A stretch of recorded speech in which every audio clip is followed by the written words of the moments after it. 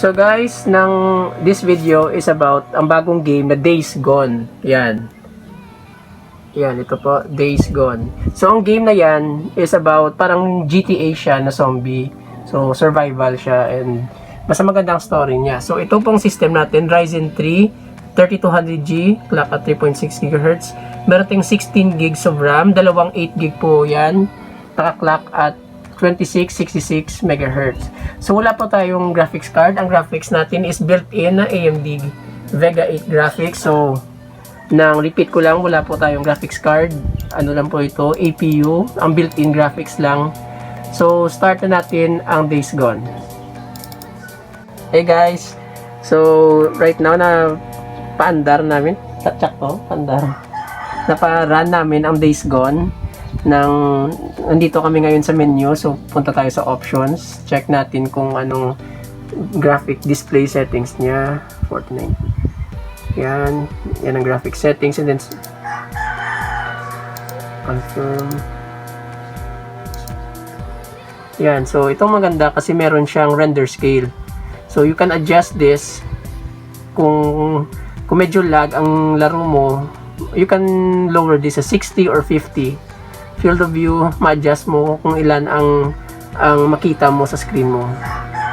So lahat naka-high, lagay natin sa low. I don't know kung anong effect to, pero lagay lang natin sa low. Yan.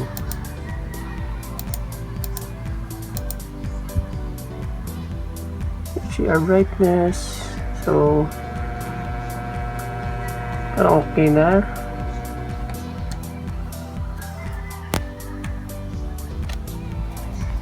Okay, click natin new game.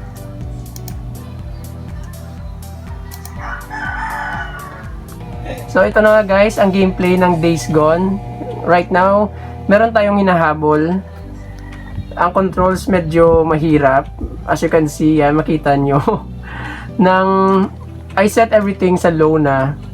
So, remind ko lang ulit, Ryzen 3 to 3200G.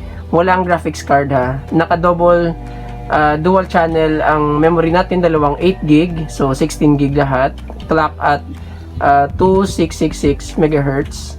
So we're getting around 30 FPS na stable lang.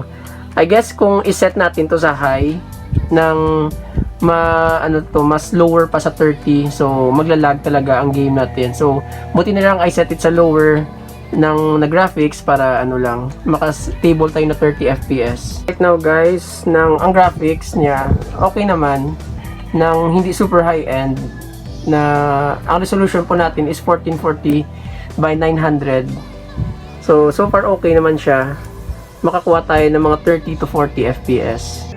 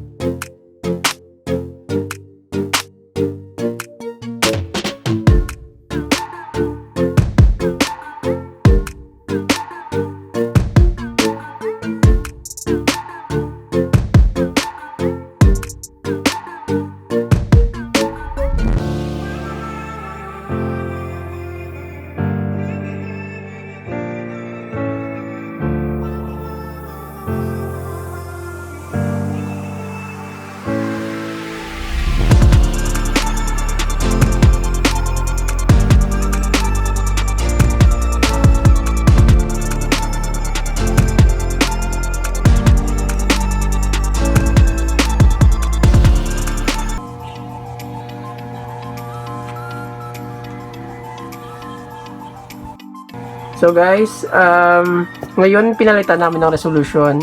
It's 1280 by 720. Wait, press ko lang escape. At punta kayo sa options. And then sa display. Yan po, naka 1280 by 720. Nakakuha ta ng at least 46 na FPS, 42 to 46, so medyo mataas siya compared kanina na 30. So press natin escape ulit. Sige, ito pong gameplay 1280 by 720p. So 720 gaming po ito. We're getting around 30 to 46 FPS. Wait lang.